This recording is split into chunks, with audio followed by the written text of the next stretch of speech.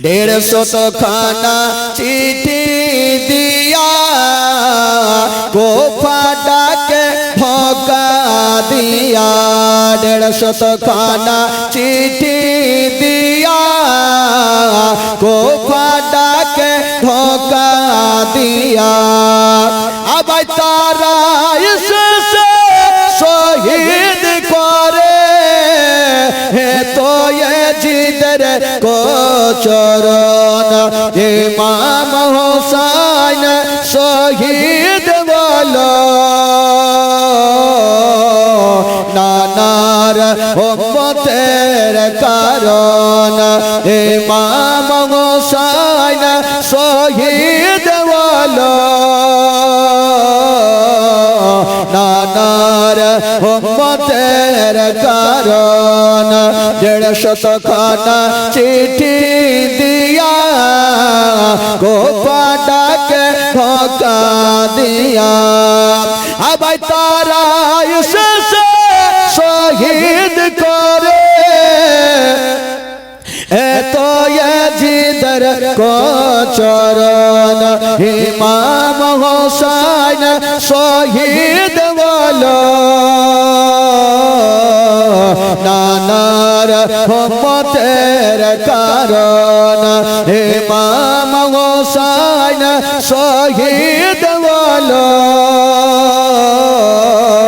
नानार उम्मतेर कारण नील आकाश आज लाल गइल যেন রক্তেরি বরণ ইমাম হুসেন শহীদ বলো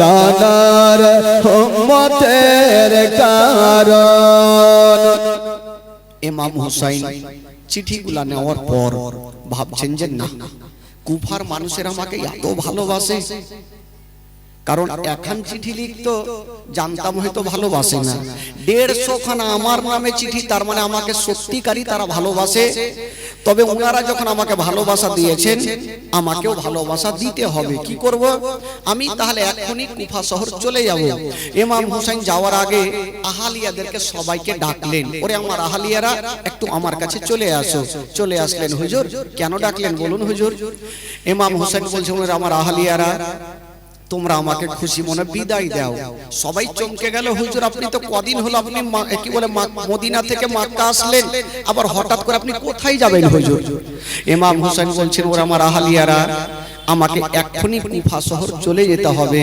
সেখান থেকে আমাকে চিঠি লিখেছেন আহলিয়ারা কি বলছেন শুনেন আহলিয়ারা বলছেন হুজুর ওই কুফা আপনাকে যেতে দিব না বললো কেন বললো এই জন্য দিব না ওই কুফার মানুষেরা ভালো নাই কুফার মানুষেরা গাদ্দার হুজুর আপনাকে যেতে দিব না ইমাম হোসেন বলেছিল আমার আহলিয়ারা আজকে তোমরা আমাকে বাধা দিও না আজকে আমাকে খুশি মনে বিদায় দাও আহলিরা বলছেন হুজুর না আপনি যতই বলেন আপনাকে হুকুম দিতে পারবো না আপনাকে পারমিশন দিব না বললো ইমাম হোসেন ওই যে পকেটে 150 খানা চিঠি ছিল বার করে সামনে রেখে দিয়েছেন ওরে আমার আহলিয়ারা দেখো আমাকে এখন করে করে 150 খানা চিঠি লিখেছে আমাকে এখনই কুফা শহরে চলে যেতে হবে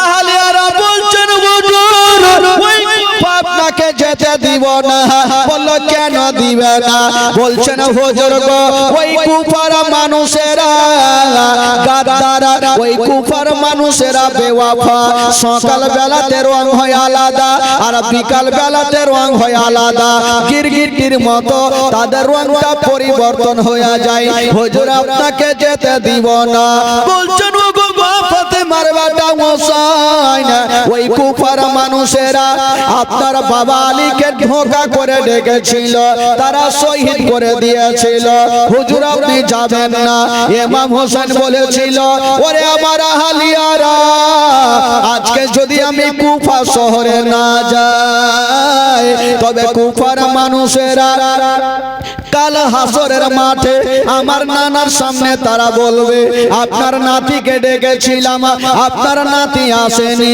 যদি আপনার নাতি আসতো আপনার নাতির হাতে হাত দিয়ে মুরিদ হয়ে যেতাম। আজকে আমি যাব, আমাকে তোমরা বিদায় দাও।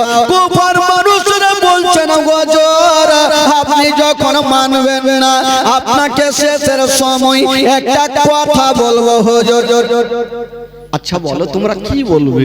বলে হুজুর আপনি যাবেন কুফা শহর, আপনাকে বাধা দিব না, তবে হুজুর আপনার যাওয়ার আগে আমাদের মধ্যে একজনকে কুফাতে পাঠিয়ে দেন। তাদের ভালোবাসা দেখবে, ব্যবহার দেখবে, যদি ভালো থাকে আমার লোক আপনাকে চিঠি লিখবেন, আপনি চিঠি যাও মাত্র চলে যাবেন। ইমাম হোসেন বলছেন আমি যাকে পাঠাবো তার কি হবে, তারও তো ক্ষতি হতে পারে। লোকজন বলছেন হুজুর আমাদের মধ্যে গিয়া কেউ যদি শহীদ হয়ে যায় তবে দুনিয়া কাঁদবে না, আর আপনি গিয়া যদি শহীদ হয়ে যান তবে দুনিয়ার চোখের পানি থামবে না। হুজুর আমাদের মধ্যে কেউ গিয়ে যদি শহীদ হয়ে যায় হুজুর দুনিয়া কাঁদবে না, আর আপনি গিয়ে যদি শহীদ হয়ে যান তবে আমাদের দুনিয়ার চোখের পানি বন্ধ হবে না। হুজুর আমাদের মধ্যে একজনকে পাঠিয়ে দেন। ইমাম হোসেন বলছে কাকে পাঠাবো? একজন দাঁড়িয়ে গেলেন, উনারই চাচাতো ভাই ইমামে মুসলিম। উনি বলছেন হুজুর আপনি আমাকে পারমিশন দিন, আমি যাব কুফাতে, আর কুফার ভালোবাসা দেখব, ব্যবহার দেখব, যদি ভালো থাকে আমি নিজের হাতে আপনাকে চিঠি লিখব, আমার চিঠি পাওয়া মাত্র আপনি চলে আসবেন হুজুর। ঠিক আছে ভাই, তবে যখন তুমি যাচ্ছ তবে যাও। ইমামে মুসলিম বলছেন হুজুর জানি না কুফা থেকে ঘুরে আসবো কি আসবো না তার কোনো গ্যারান্টি নাই হুজুর, তবে যাওয়ার আগে ফজরের নামাজটা আপনার পিছনে আদায় করব, সকালবেলা চলে যাব। ইমামে মুসলিম বাবা গো ফজরের আজান হচ্ছে মসজিদে,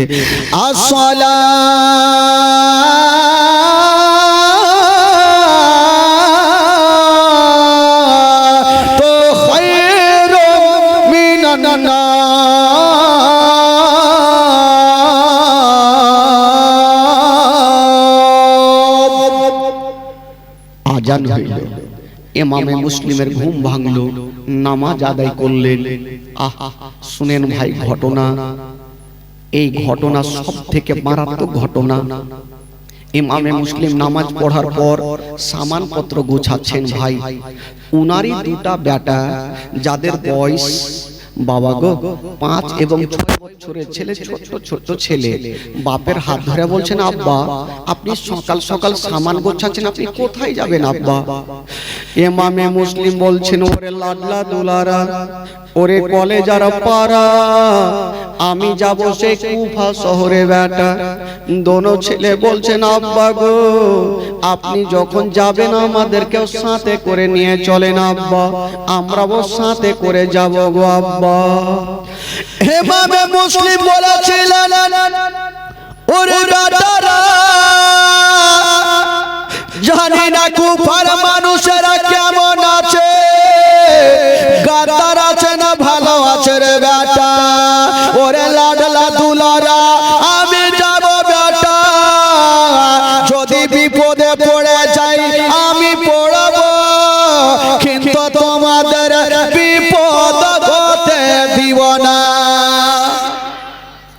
ইমামে মুসলিম বলছেন বেটা আমি তো কুফার মানুষের ভালোবাসা জানি না বেটা, আমি যাই যদি ভালো থাকে তবে আমি তোমার চাচাকে চিঠি লিখবো, তখন তোমরা চলে যাও, কোনো অসুবিধা হবে না, এখন আমার সঙ্গে যেও না বেটা। দোনো ছেলে বলছেন আব্বা গো আমরা তো বাচ্চাকালে মাকে হারিয়েছি আব্বা, আমাদের মা নেই, আপনার কাছে আমরা মানুষ হচ্ছি আব্বা, একটু সাথে করে নিয়ে চলে। ইমামে মুসলিম নিয়ে যাবে না, আর দোনো বেটা বাপের হাতখানা ছাড়ে না। বাবা গো দেখুন কার মরণটা কোথায় নিয়ে যাচ্ছেন বাবা। দোনো ছেলে বাপের হাত ধরে বলছেন আব্বা আমরা বাচ্চাকালে মাকে হারিয়েছি আব্বা, আমাদের মা জগতে বেঁচে নেই, দয়া করে আমাদেরকে নিয়ে চলেন। ইমামে মুসলিম বলছেন বেটা এত দূরের রাস্তা তোমাদের নিয়ে যাব না রে বেটা। ওই দোনো ছেলে বলছেন আব্বা গো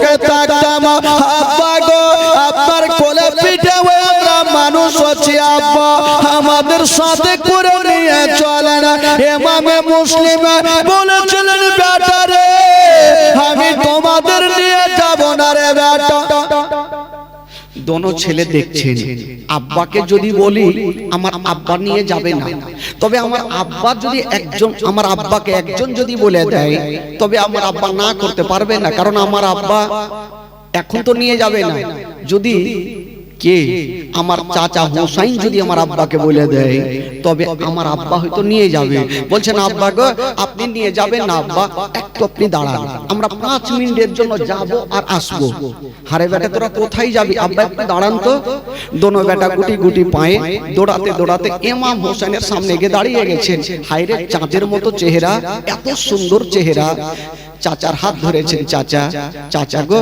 আমার আব্বা কুফা শহর যাচ্ছে চাচা আমার আব্বা নিয়ে যাই না এত করে বললাম নিয়ে যাই না একটু আমার আব্বাকে বলে দেন না চাচা আরে বাবা তোরা যাবি হ্যাঁ চাচা যাওয়ার জন্য তো আপনার কাছে আসলাম একটু বলে দেন আব্বাকে ঠিক আছে বাবা তোমার আব্বাকে বলে দিচ্ছি আমি ও ভাই মুসলিম ইমামে মুসলিম বুঝে গেল হয়তো আমার দোনো বেটা জানিয়ে দিয়েছে আমার হুজুরকে হ্যাঁ হুজুর কি হলো বলে ভাই মুসলিম এদিকে আসো আচ্ছা তুমি যখন যাচ্ছ তো তোমার দুটা বেটাকে নিয়ে যাচ্ছ না কেন নিয়ে যাও সাথে করে ইমামে মুসলিম বলছেন হুজুর কেমন করব জানি না ওই কুফার মানুষের ব্যবহার আমি এখন পর্যন্ত জানি না তবে যদি হুজুর যাই আমি বিপদে পড়ে যাব আমার সাথে আমার দোনো বেটাও বিপদে পড়বে উদ্ধার করার মতো কেউ থাকবে না হুজুর ইমামে হোসেন বলেছিল ভাই মুসলিম কপালে যেটা লেখা আছে সেটা হবে ভাই তোমার দোনো বেটাকে তুমি সাথে করে নিয়ে যাও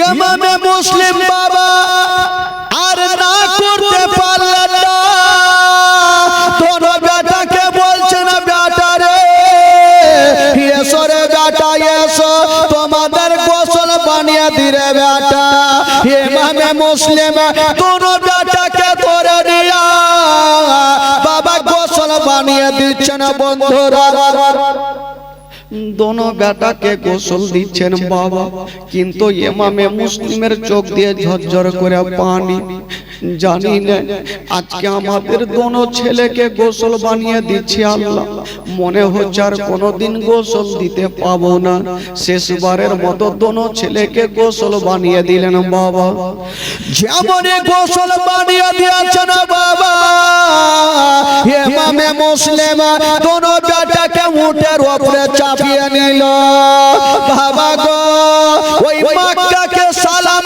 করে দিয়া সবাইকে ক্ষমা করে দিয়া সবারই কাছে ক্ষমা চেয়ে নিয়া ইমামে মুসলিম লাগামটাকে টেনে দিয়েছেন বাবা যেমন লাগামটাকে টান দেওয়া ওই দুলদুল বাবা চলতে লাগলো ওই দুলদুল বাবা কুফা শহরে পৌঁছে গেল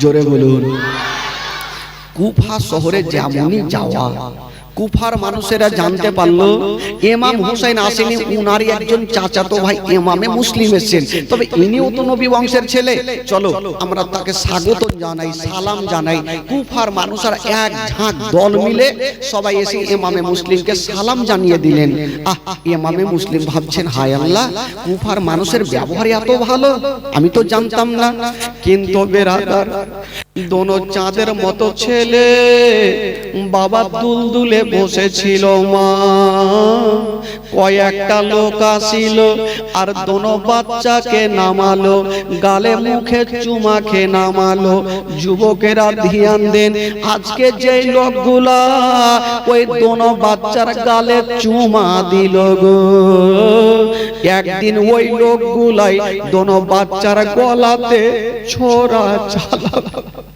ওই দোনো বাচ্চাকে চুমা খেয়ে আদর করে বাবা গো কোলে নামিয়েছে ইমামে মুসলিম ভাবছেন আল্লাহ কুফার মানুষের আগে খারাপ ছিল এখন তারা খারাপ নাই বাবা গো একটা হুজরা খানাতে নিয়ে গেল যেমনই যাওয়া দলের দল লোক আসেন ইমামে মুসলিমকে সালাম জানাচ্ছে বাবা গো আসরের নামাজের পরে 12,000 মানুষ এসে ইমামে মুসলিমের হাতে হাত দিয়া মুরিদ হইল। আচ্ছা বলেন তো ভাই, আপনার গ্রামে এসে যদি কেউ আমাকে সম্মান করে, ভালোবাসে, গোটা কমিটি ভালোবাসে, আমি তো খারাপ বলতে পারবো না যে সুব্রাতি টোলার মানুষের আমাকে ভালোবেসেছে, নাম তো করতেই হবে আমাকে। বাড়িতে ফোন করে বলবো যে সুব্রাতি টোলার লোক খুব ভালো আছে, আমাকে ভালোবেসেছে, সম্মান জানিয়েছে। কিন্তু তারপরের কি ঘটনা হবে সেটা তো আমি জানি না। ইমামে মুসলিমকে যখন একই টাইমে 12,000 মানুষ হাতে হাত দিয়ে মুরিদ হইল, ইমামে মুসলিমের সন্দেহটা দূর হয়ে গেল। তারা ভাবলো, ইমামে মুসলিম ভাবলো আগে যা খারাপ ছিল এখন তারা খারাপ নাই, এখন ভালো হয়ে গেছে। বাবা গো সঙ্গে সঙ্গে এখন চিঠি ইমাম হোসেনকে লিখলেন। তখন তো মোবাইল ছিল না, চিঠি লিখলেন, ওগো মা ফাতেমার বেটা হোসেন, আপনি যা ভেবেছিলেন কুফার মানুষ খারাপ, হুজুর খারাপ নেই, আপনি তাড়াতাড়ি করে চলে আসেন হুজুর, খুব ভালো মানুষ তারা। চিঠি ছাড়তে নাই, বিপদ বাবা আসতে নাই। চিঠি তো চলে গেল, চিঠিটা থামানো যাবে না। কিন্তু বেরাদার ইয়াজিদ পাপির কাছে একটা লোক গিয়ে বলছেন, ওগো ইয়াজিদ কি হলো? বলে কুফা শহরে দুটা নারা চলে। কি কি নারা? একটা চলে হোসাইন জিন্দাবাদ, আর একটা চলে ইয়াজিদ মুর্দাবাদ। ইয়াজিদের মন মেজাজ খারাপ। আমারই তো একটা গভর্নর নওমানবীর বাসির একটা লোককে রাখা আছে, বলে হুজুর উনি আপনার নুন খায় আর হোসাইনের গুণ গায়, কি করব তাহলে? বলে কুফাকে যদি আপনি কবজা করতে চান, দখল করতে চান, একটা হাড্ডাহাড্ডি মোটা চাওড়া লোককে আপনি পাঠিয়ে দেন। কাকে পাঠাবো? একটা লোককে ডাকলেন যার নাম ছিল ওবাইদুল্লাহ ইবনে জিয়াদ, যেটা নাম আপনারা শুনেছেন।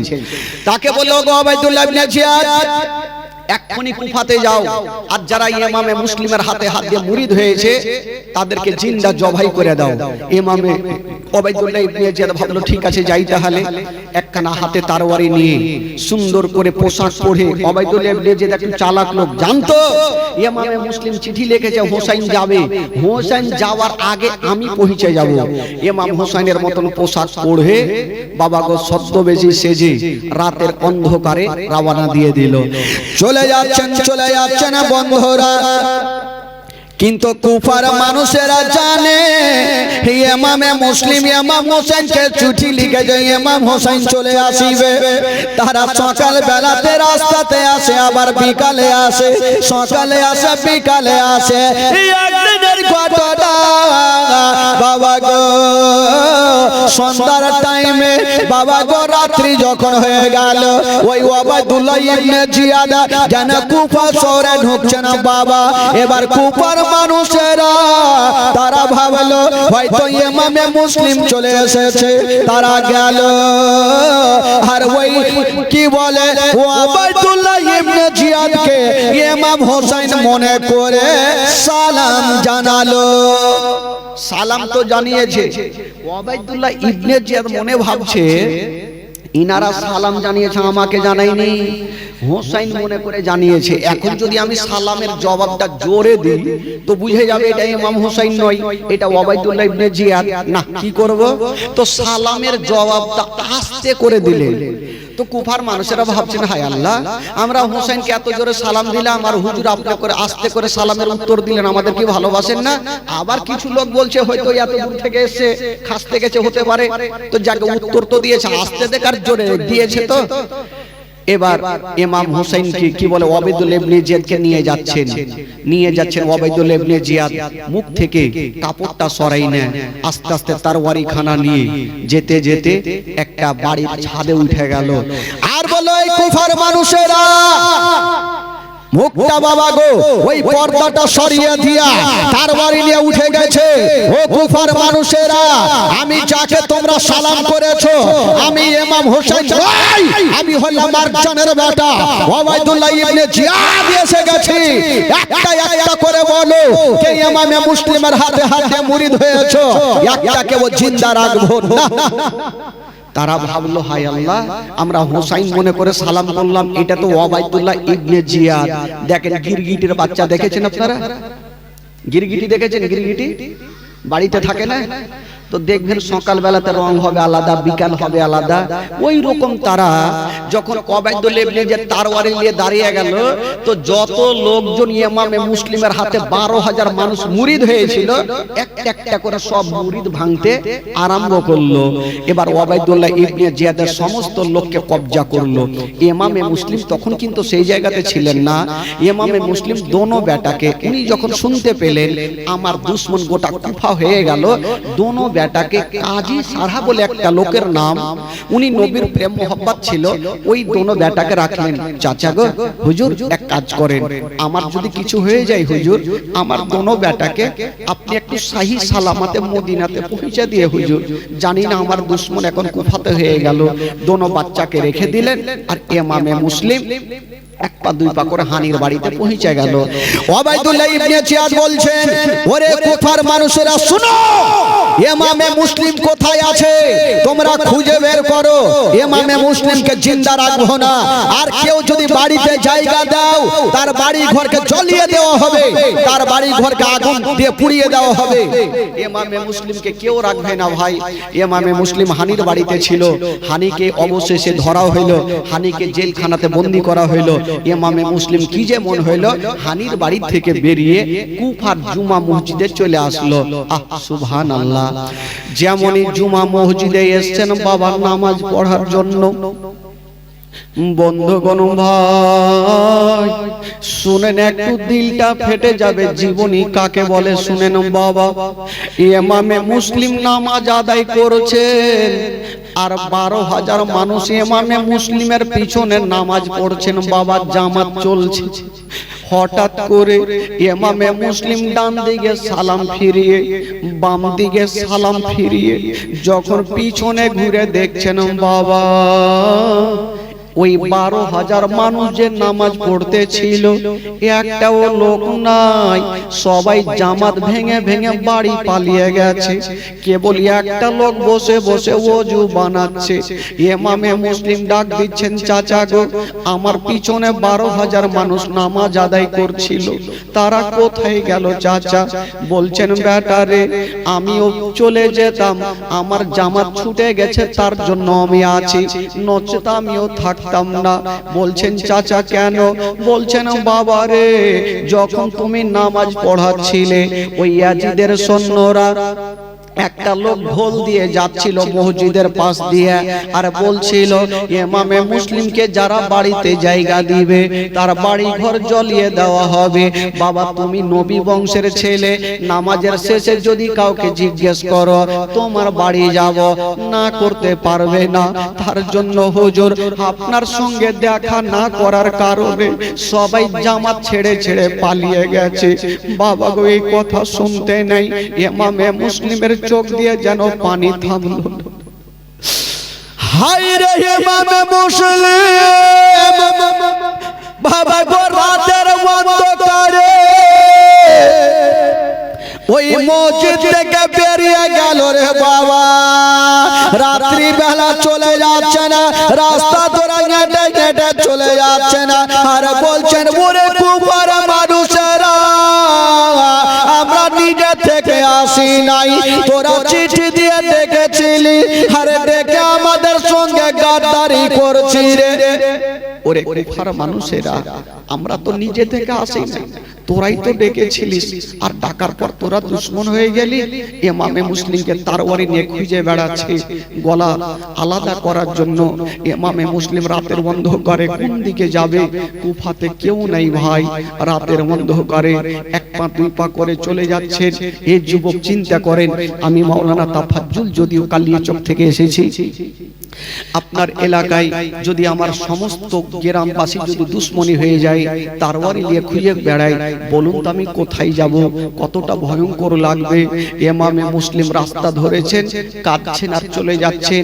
তাকিয়ে দেখছেন একটা বাড়িতেও দরজা খোলা নেই, জানলা বাতি সব বন্ধ করে দিয়েছে। কারণ জানেন, যাতে ইমামে মুসলিম বাড়িতে কাউরি ঢুকতে না পারে সব দরজা বাতি লাগিয়ে দিয়েছেন। ইমামে মুসলিম কাঁদছেন আর রাস্তা ধরে যাচ্ছেন, আর মুখ দিয়ে একটা ছন্দ বের হচ্ছে, मुझे को फवालो मुसाफिर न समझो, मैं आया नहीं हूँ, बुलाया गया हूँ। जोरे बोलून। मुझे को खवालो मुसाफिर न समझो, मैं आया नहीं हूँ, बुलाया गया हूँ। मैं आया नहीं हूँ, बुलाया गया हूँ। मुझे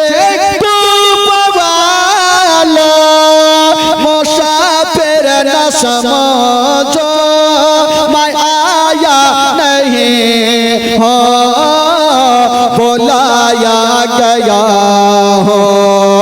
एक मेहमान आकर सताया गया हो, एक मेहमान आकर सताया गया हो।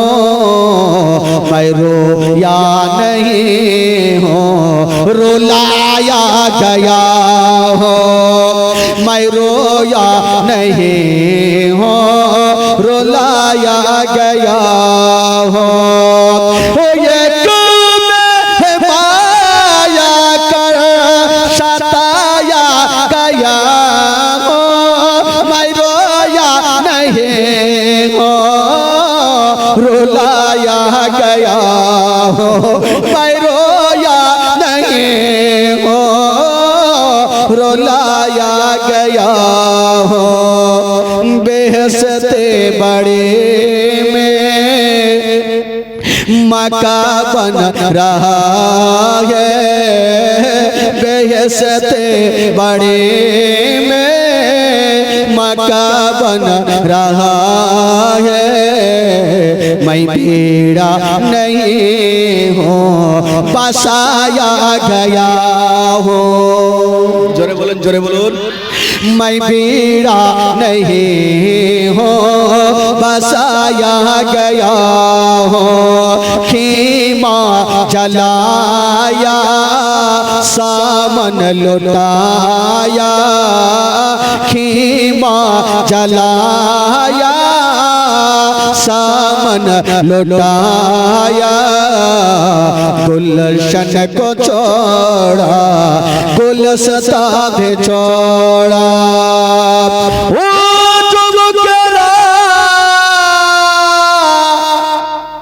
सुनन बाबा घटना कलेजा खाना পেটে যাবে। মা ইমামে মুসলিম কাঁদছে, রাস্তা ধরে চলে যাচ্ছেন, কাঁদছে আর চলে যাচ্ছেন। আল্লাহ আমি কোথায় যাব?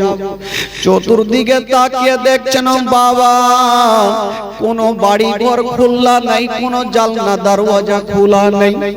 কেবল দূরে তাকিয়ে দেখছেন বাবা একটা জায়গাতে একটা লালটন জ্বলতেছিল।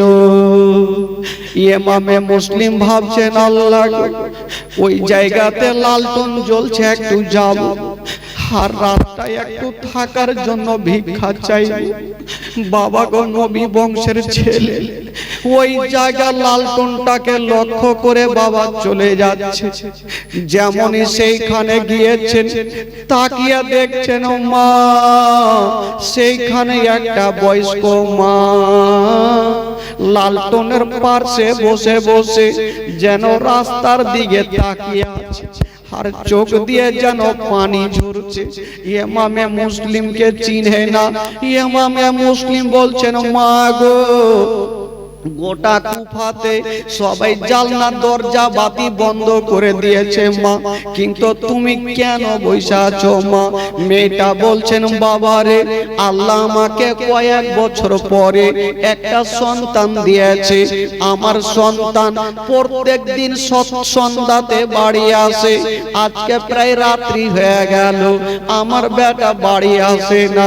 আমি মা যতক্ষণ পর্যন্ত সন্তান আমার বুক ঢুকে আসবে না, আমি ততক্ষণ পর্যন্ত বাড়িতে যাব না। বাবা গো, ওই মেয়েটার নাম কি ছিল? কেতাবে লিখছেন বাবা, ওই মেয়েটার নাম হইল তুয়া বিবি। তুয়া বিবি বলছেন, বাবা আমার সন্তান ইবনে জিয়াদের দরবারে চাকরি করে, যাকে দেখে ভয়, উনারই কথা বলছেন, উনার বাড়িতে চাকরি করে, প্রত্যেকদিন তাড়াহুড়া করে সন্ধ্যাতে আসে। আজকে 7-8টা বেজে গেল, আমার বেটা আসেনি, তার জন্য বেটা আমি রাস্তাতে বসে আমার বেটার অপেক্ষা করছি। ইমামে মুসলিম কাঁদতে কাঁদতে বলছেন, মা গো, একটা কথা বলবো মা, আপনি তো বসে আছেন, মা এক পিয়ালা পানি দিতে পারবেন? ওই মেয়েটা ভাবছেন, আল্লাহ, এই লোকটাকে চিনি না, জানি না, এই রাত্রে বেলা আমার কাছে পানি কেন চাইছে? যখন চেয়েছে তো না করব না। ঠিক আছে বাবা, একটু দাঁড়াও, আমি ঘরে গিয়ে তোমার জন্য পানি আনছি। একটু লক্ষ্য করেন ভাই, ঘটনা কোন দিকে যাচ্ছেন। ওই মেয়েটা তুয়া বিবি ভিতরে গেল আর 1 লোটা পানি এনে ইমামে মুসলিমকে দিলেন। ইমামে মুসলিম পানি খানা নিয়ে পান করলেন আর লোটাটা ফেরত দিচ্ছেন, মা আপনার লোটা নেন। মেয়েটা লোটা নিয়ে ঘরে গেল, আবার রেখে এসে দেখছেন ইমামে মুসলিম এখন পর্যন্ত দাঁড়িয়ে আছে। মেয়েটা বলছেন, আরে বাবা, তুমি পানি চাইলে পানি দিলাম, এবার তুমি বাড়ি যাও। এই কথা যেমনই বলতেন, ইমামে মুসলিম হাউমাউ করে কাঁদতে লাগলো, মা গো, আজকে যদি আমার বাড়ি থাকতো মা, তবে রাতের অন্ধকারে তোমার কাছে পানি চেয়ে আমি খেতাম না মা, আমি নিজের বাড়িতে পানি পান করতাম মা, তোমার কাছে চাইতাম না মা। আরে বাবা, তুমি কে বলো? ইমামে মুসলিম বলেছিলেন, মা গো, যার কারণে গোটা কুফা শহরে জালনা বাতি বন্ধ করে দিয়েছে মা, আমি হলাম সেই নবী বংশের ছেলে ইমামে মুসলিম। ওই মেয়েটা মাথায় হাত দিয়েছে, আল্লাহ, এটা তো নবী বংশের ছেলে। ওই মেয়েটার ব্যবহার কত সুন্দর ছিল। ওই তুয়া বিবিকে ইমামে মুসলিম বলছেন, মা গো, তোমাকে একটা কথা বলবো মা, আজকে তুমি আমাকে পানি পান করিয়েছো মা, তবে তোমাকে একটা কথা বলে দিই মা, আজকে তোমাকে টাকা দিতে পারবো না, পয়সা দিতে পারবো না মা গো, কাল হাসরের মাঠে মা আমি তোমাকে হাউজে কাউসারের পানি দিয়ে শোধ করে দিব মা, আমি তোমাকে হাউজে কাউসারের পানি দিয়ে শোধ করব। ওই ইমামে মুসলিম বলছেন, মা গো, তুমি আমাকে পানি পান করিয়েছো মা, আর একটা কথা বলবো মা। বলছে, বেটা বলো তুমি কি বলবে? বলছে, মা গো, আজকে তুমি পানি পান করিয়েছো, যদি একটা রাত মা তোমার বাড়িতে থাকতে দাও মা, তবে মা গো, আজকে আমি কথা দিলাম মা, তোমার জন্য দোয়া করব মা, তোমার নামটা জেনে থাকবো মা, একটা রাত আমাকে থাকতে দাও, কারণ কুফা শহরে আমার কেউ নেই মা। ওই মেয়েটা তুয়া বিবি কাঁদতে কাঁদতে বলেছিল, বাবা, আজকে তুমি থাকতে চাইছো, যতক্ষণ পর্যন্ত তুয়া বিবিকে ক্ষমা না করবে রে বাবা, আমি তোমাকে থাকতে দিব না। ইমামে মুসলিম বলছেন, মা গো, তুমি তো কোনো অন্যায় করনি মা, কেন তোমাকে ক্ষমা চাইছো আমার কাছে? মেয়েটা বলছেন, বাবা রে, আমি একটা বিশাল বড় অন্যায় করে ফেলেছি রে বাবা, এই ভুলের হয়তো ক্ষমা নেই। বলছে, কি ক্ষমা মা চাইছো? বলছেন, বাবা রে, কাল হাসরের মাঠে আমার নবীর সামনে এই কথাটা বলিও না যে তুয়া বিবি আমাকে চিনতে পারেনি, রাতের অন্ধকারে চিনতে পারেনি। বাবা, এই কথা যদি বলে দাও, তবে নবী নারাজ হয়ে যাবে যে তুয়া বিবি নবী বংশের ছেলেকে চিনতে পারেনি। বাবা, তুমি আমাকে ক্ষমা করো, আমি তোমাকে ঘরে নিয়ে যাব। ইমামে মুসলিম কাঁদতে কাঁদতে বলেছিল, মা আমি জানি মা, এই কুফা শহরে আমার কেউ নেই মা, আজকে তুমি আমাকে বেটা বলে ডেকেছো মা, তবে মা আমি কথা দিলাম, তোমার নামটা আমি মনে রাখলাম মা, কাল হাসরের মাঠে মা যখন আমি জান্নাতে যাব মা, তোমার নাম ধরে ডেকে মা আমি তোমাকে জান্নাতে নিয়ে যাব মা। মা তুমি চিন্তা করো না।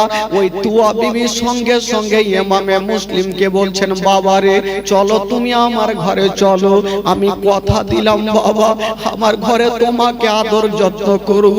ওই তুয়া বিবি, বাবা গো এত সুন্দর মেয়েটা ব্যবহার, ওই তুয়া বিবি ভাবছে আজকে আহলে বাইতের ছেলেদের যদি আমি খুশি করে দিই তবে আমার নবী খুশি হবে, আর নবী যদি খুশি হয় আমার আল্লাহ খুশি হয়ে যাবে, আর আল্লাহ যদি খুশি হয় তবে জান্নাত গ্যারান্টি হবে। জোরে বলুন। ওই মেয়েটা ইমামে মুসলিমকে বলছেন, বাবা তোমাকে কাঁদতে হবে না, চলো আমার বাড়িতে চলো। মেয়েটা তো ভালো, ইমামে মুসলিমকে ঘরে নিয়ে গেল, একটা ভালো করে বিছানা তৈরি করলেন।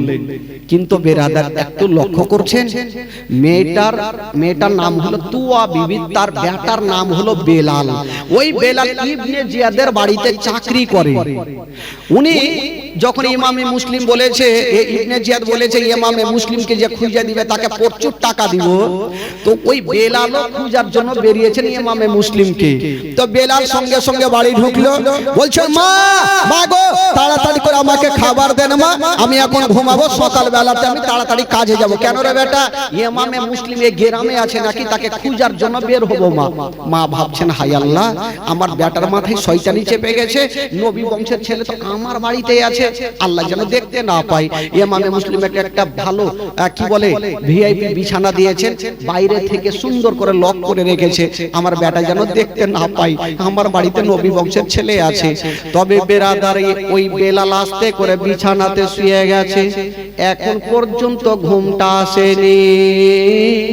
যেখানে বাঘের ভয় হয় সেইখানে বাঘের সঙ্গে দেখা হয়, ঘুমটা আসেনি। ওইদিকে তুয়া বিবি ভাবছেন আল্লাহ নবী বংশের ছেলে আমার বাড়িতে আছে, কখন পানির দরকার হবে, কখন খাবারের দরকার হবে, বারবার করে উঠে আর ওই গেটের কাছে যায়, আবার নিজের ঘরে আসে, আবার গেটের কাছে যায়, আবার নিজের ঘরে আসে। এ যাওয়া আসা দেখে বেলালের মনে সন্দেহ হয়ে গেল। বেলাল বলছে মা গো তুমি প্রত্যেক দিন কোনদিন উঠে রাত্রে উঠে ওই ঘরে যাও না, আজকে বারবার উঠে ওইখানে কেন যাচ্ছ মা, কে আছে? আরে বেটা তুই ঘুমা তো, একটু ঘুমা না মা, একটু বলো না কে ওই ঘরে আছে, একটু বলো মা। মা ভাবছেন আল্লাহ এখন যদি বলে দি তবে আমার বেটা ইবনে জিয়াদকে খবরটা জানিয়ে দিবে। তখন মা বলছে বেটা রে আমি তোমাকে বলবো বেটা, তবে তুমি আমার একমাত্র সন্তান, আমার মাথায় হাত দিয়ে কসম খাও বেটা আমার বাড়িতে যিনি আছে এই কথা তুমি কাউকে বলবে না। ওই বেলাল বলেছিলেন মা গো আমি কথা দিলাম মা আমার বাড়িতে যে আছে মা এই কথাটা কাউকে বলবো না, তুমি দেখিয়ে দাও মা। তুয়া বিবি গেটটা খুলেছেন, ইমামে মুসলিম আরাম করছেন। ইবনে কি বলে বেলাল বলছেন মা গো ইনি কে? বলছে বেটা রে এটাই তো হলো ইমামে মুসলিম নবী বংশের ছেলে, বেটা ইনি আমার বাড়িতে আছে কাউকে বলিও না। কিন্তু বেলালের দিল বলছে, মন বলছে সকাল হলে আমি বলবোই বলবো, যাই হবে দেখা যাবে, মার মাথায় হাত দিয়ে কসম খেয়েছি সকাল হলে বলবো। ওর দিল কিন্তু বাবা আনফান করছে, কি করে সকাল হবে? সকাল তো হইলো, বেলাল কিন্তু চাকরিতে বের হচ্ছে, মার মনে সন্দেহ হয়ে গেল। প্রত্যেকদিন বেটা বেলাল আমার 9টাতে কাজে যায়, আজকে সকাল 6টাতে বার হয়েছে তো সন্দেহ তো হবে। ডাকছে বেটা রে এদিকে আসো, চলে আসলো। আরে বেটা তুই তো যাচ্ছিস বেটা, তবে আবার আমার মাথায় হাত দিয়ে কসম খাও আমার বাড়িতে নবী বংশের ছেলে আছে কথা বলিও না। বলে মা আমি কসম খেলাম আমি জিন্দেগিতে বলবো না। ঠিক আছে বেটা বলিস না। চলে যাচ্ছেন যেতে যেতে 3টা লোক ওই দিক থেকে ঘোড়াতে চলে আসে ইমামে মুসলিমকে খুঁজতে। তো বেলাল বলছে দাঁড়াও, দাঁড়িয়ে গেল। বলে তোমরা কোথায় যাবে? এদিকে। বলে ইমামে মুসলিমকে খুঁজতে যাব। বলে যাচ্ছ যাও, তবে জিন্দেগিতে তোমরা খুঁজে পাবে না। এরা মনে ভাবলো পাবো না, তার মানে ই বেলাল জানে, না হলে গ্যারান্টি কি করে দিচ্ছে? বলে আচ্ছা তুমি কি জানো কোথায় আছে জানো? বলছে তোমার আগে নামো ঘোড়া থেকে। ওরা নামলো। বলছে কি হয়েছে বলো? বলছে দেখো ভাই, আমি বলতাম কোথায় আছে সব বলতাম, বলবো না কারণ জানো আমার মা মানা করেছে। বলা হইলে কি হলো না ভাই? বলতাম কিন্তু মার মাথায় হাত দিয়ে কসম খেয়েছি আমি বলবো না, আমার মা মানা করেছে। বলা হয়ে গেল। ওই রকম একটা বাদশা শ্বশুর বাড়ি যাবে, তো পায়জামাটা খুব মহিলা, তো গোলামটাকে ডেকে বলছে ওরে গোলাম শ্বশুর বাড়ি যাওয়া হবে না। বলে কেন? বলে আমার পায়জামা প্রচুর ময়লা, এ ময়লা পায়জামা পরে যাবো তো মান সম্মান থাকবে। তো গোলামটা বলছে হুজুর আপনার ময়লা আছে তো কেছে আমারটা চকচক করছে, আমারটা পরে চলে। বলে হারে পাগলা, গোলামের পায়জামা পরে যাবো তো মান সম্মান থাকবে। বলে হুজুর আমি জানবো আপনি জানবেন, বাকি কাউকে বলবো না। দেখ খবরদার বলিস না, আমার মান সম্মান চলে যাবে। বলে হুজুর মাথা খারাপ, বলবো না। চলে গেছে শ্বশুর বাড়ি। হাজার হলো বাদশা, একটা দল বাদশাকে দেখার জন্য চলে এসেছে। বাদশা তো ভিতরে, গোলামটা বাহিরে বসে আছে। বলছে তোমাদের বাদশা কোথায়? বলছে দেখো ভাই, বাদশার কথা 100 বার বলবো, 200 বার বলবো, 1000 বার বলবো, কিন্তু পায়জামার কথা বলবো না। यारा चिंता করছি পায়জামা কোথা থেকে আইলো রে ভাই? বলে কি হয়েছে পায়জামা? বলছে বলিও না ভাই, বাদশা যেটা পায়জামা পরে আছে না ওইটা আমারই। লোক বলছে ধুর, যে বাদশা গোলামের পায়জামা পরে ওকে জীবনে কেউ দেখে, চল বাড়ি চল। यारा তো ঘুরে চলে গেল, বাদশা জালনা দিয়ে দেখেছে আইসা তাইনা দু গালে দুই চড়। তুই বললি কেন? বলে হুজুর এই মাইর কিয়ামত পর্যন্ত মনে থাকবে, বলবো না। বলবি না? ঠিক আছে বলবি না। আবার চলেছে একটা দল, ওই তোমাদের বাদশা কোথায়? বলছে দেখো ভাই রে, বাদশার কথাই 100 বার বলবো, 1000 বার বলবো, পায়জামার কথা বলে দু গালে দু টাইনা চড় খেয়েছি, কিয়ামত পর্যন্ত মনে থাকবে, ওই কথাটা বলবো না। তো বলা হইল না ভাই, ফের বলা হয়ে গেল। তো ওই রকম তো অবস্থা ভাই, বলবো না কিন্তু বেলাল বলছে আমি বলতাম, কিন্তু আমার মা কি করেছে? জোরে বলুন কি করেছে? আপনাদের ভাষাতে কি বলছেন? মানে করিস, মানা করিস? বলে দিতাম কিন্তু আমার মা মানা করিস। এরা বুঝে গেল তাহলে বেলাল বাড়িতে আছে। ও বেরাদার শুনেন বন্ধুগণ, বাবা যে এবার ঘটনা ইবনে জিয়াদকে খবর দিয়ে দিল বাবা, আর যেমনই খবর দিয়েছে 22,000 সৈন্য চলে গেল ওই তুয়া বিবির বাড়িকে চতুর্দিকে ঘেরা করে নিয়েছে না বাবা। যেমনই ঘেরা করেছে বাবা, ওই ঘোড়ার পায়ের শব্দখানা তুয়া বিবির কানে চলে গেল। তুয়া বিবি ভাবছেন আল্লাহ গো, ওই ঘোড়ার পায়ের শব্দ আমার কানে কেন আসে? তবে আমার বেটা বেলাল কি বলে দিয়েছে? ওই তুয়া বিবি যেমনই দরজা খুলেছে না বাবা, দেখছে 22,000 সৈন্য দাঁড়িয়ে আছে, হাতে তরবারি ঢাল নিয়ে বাবা গো সবাই দাঁড়িয়ে আছে, আর বলছেন ও গো বেলালের বাবা, ও গো তুয়া বিবি বলো তোমার বাড়ি থেকে ইমামে মুসলিম আছে। তুয়া বিবি ভাবছেন আল্লাহ আমি সত্য বলবো না মিথ্যা বলবো, আমি কোনটা বলবো? ওই তুয়া বিবি ভাবছেন আল্লাহ একটা মিথ্যা বলার কারণে যদি জাহান্নামে যেতে হয় যাব, নবী বংশের ছেলে আমার বাড়িতে আছে এই কথাটা আমি বলবো না। নবী বংশের ছেলে আমার বাড়িতে আছে, একটা মিথ্যা কথা বলার কারণে যদি জাহান্নামে যেতে হয় যাব, কিন্তু সত্যি কথা বলবো না, আমার বাড়িতে নবী বংশের ছেলে আছে।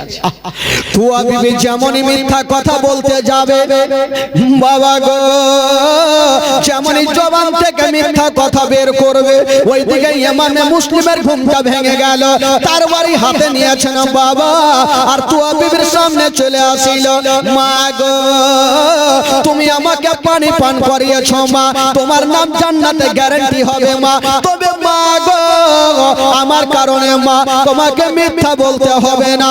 বাবা গো এবার ইমামে মুসলিম নবী বংশের ছেলে যখন দাঁড়িয়ে গেল, হায়রে ইয়াজিদের সৈন্যরা একদিকে 22,000 সৈন্য, একদিকে ইমামে মুসলিম একাই। ও যুবকেরা, ওই ইমামে মুসলিম কি বলে ইবনে সাদের লোকেরা বলছে না, ও গো ইমামে মুসলিম এক কাজ করো, ইয়াজিদের হাতে হাত দিয়ে তুমি মুরিদ হয়ে যাও, তবে তোমাকে আজাদ করে দিব। ইমামে মুসলিম বলেছিল, ওরে ইয়াজিদের সৈন্যরা, আমি জান দিয়ে দেব, জীবন দিয়ে দেব, কিন্তু ঈমান যেতে দিব না। ও যুবকেরা, কথা বলতে নাই বাবা, চুপ শুরু হয়ে গেল। ইমামে মুসলিমের হাতে ছিল তরবারি খানা, বাবা কাজে লাগিয়ে দিল। যেই দিকে চালিয়ে দেয়, দুই চারটা কেটে জাহান্নামে পড়ে যায়। তবে বলবো কোন বাবা, যার শরীরে নবী বংশের রক্ত আছে গো, তার সামনে কেউ মোকাবিলাতে টিকতে পারে না। যার শরীরে নবী বংশের রক্ত আছে, তার সামনে কেউ টিকতে পারে না। যত আসে সবাইকে জাহান্নামে পৌঁছে দেয়। তো লোকজন বলল, গো ইমামে মুসলিম একটু দাঁড়িয়ে যান, নিজের মধ্যে আমরা যুদ্ধ করব না, একটু দাঁড়িয়ে যান।